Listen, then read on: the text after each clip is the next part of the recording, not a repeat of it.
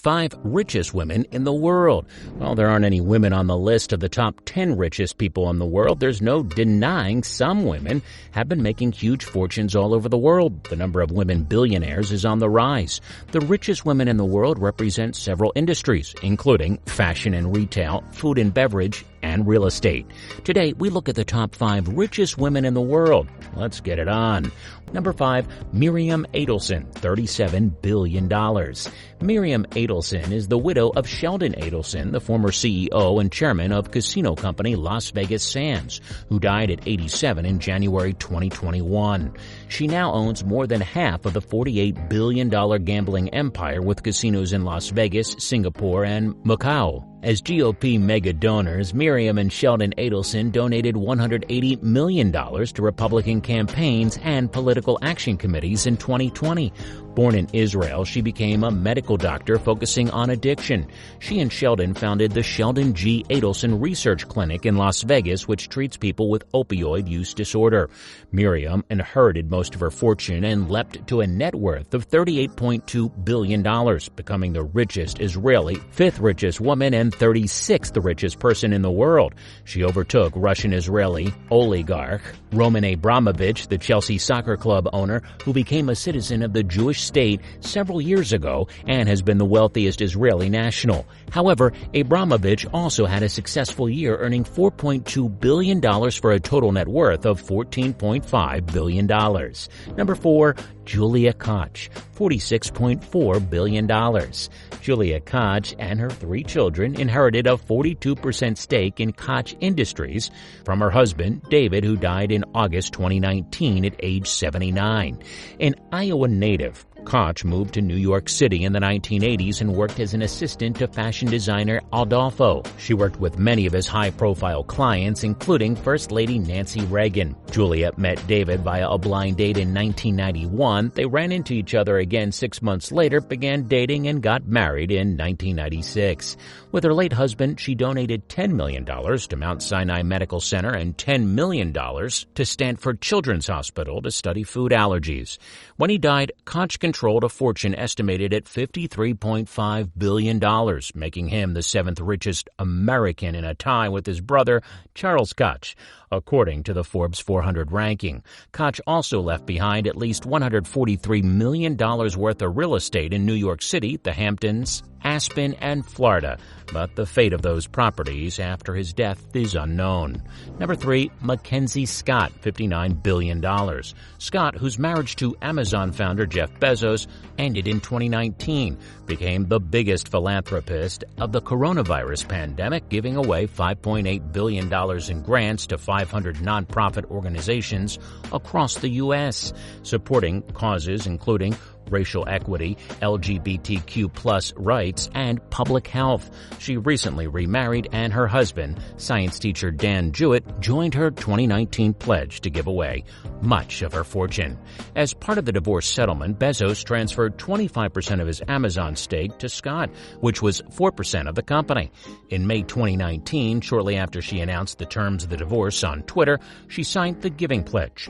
Scott and Bezos met in 1992, and they both worked at hedge fund D.E. Shaw. They married the following year and moved to Seattle in 1994. Scott, who has published 2 novels, was a student of author Toni Morrison at Princeton and worked as a research assistant for her. In late July 2020, she announced she'd given nearly $1.7 billion to 119 nonprofit groups and that she changed her last name from Bezos to Scott. Number 2, Alice Walton, $66 billion. The daughter of Sam Walton lost her spot as the world's richest woman to Francois Bettencourt Myers, who still gained $7.4 billion in the past year, thanks to Walmart stock rising more than 5% since mid-March 2020. The retailing giant introduced free delivery as part of an Amazon Prime-like membership program, helping boost online sales 69% in the year through January. Her impressive net worth, mainly accumulated through Walmart's monolithic success in retail, makes her the 17th richest person in the world. Alice Walton is the only daughter of Walmart founder Sam Walton. She has focused on curating art rather than working for Walmart like her siblings, Rob and Jim. In 2011, she opened the Crystal Bridges Museum of American Art in her hometown of Bentonville, Arkansas. Crystal Bridges features works from the likes of Andy Warhol, Norman Rockwell, and Mark Rothko. In January 2020, she took aim at America's broken healthcare system and unveiled plans to open a holistic health institute in Bentonville. Alice Walton was born in Newport, Arkansas on the 7th of October, 1949.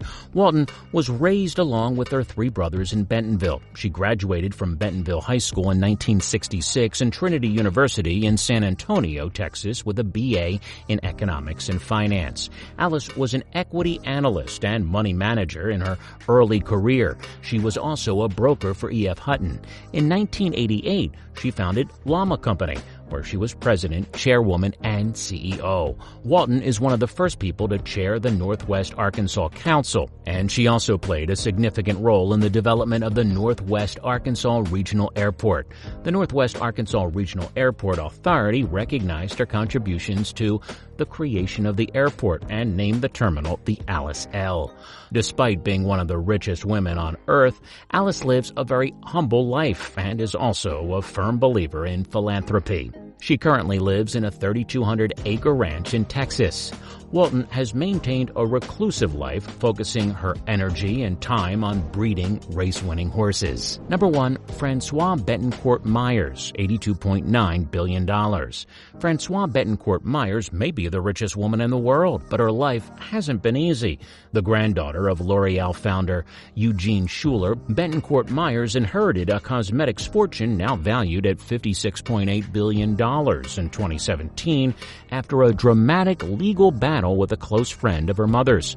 Unlike a typical billionaire heiress, Betancourt Myers has focused her attention on her career as an author and a member of L'Oreal's board of directors.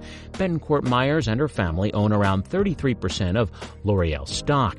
She has served on L'Oreal's board since 1997 and is chairwoman to the family holding company. She became France's reigning L'Oreal heiress in 2017 when her mother, Lillian Betancourt, then the world's richest woman, died at age 94.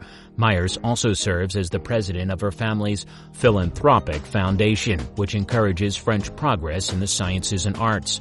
Together, L'Oreal and the Betancourt Myers family agreed to donate $226 million to repair Notre Dame Cathedral following the April 2019 fire. The makeup aisles at Target, Walgreens, Ulta, and most other retail giants all feature products from L'Oreal. The international personal company was founded in 1909, and anyone who inherits large shares in the company is very, very lucky. Overnight, Francois became the world's richest woman, but she didn't inherit her fortune without a fight.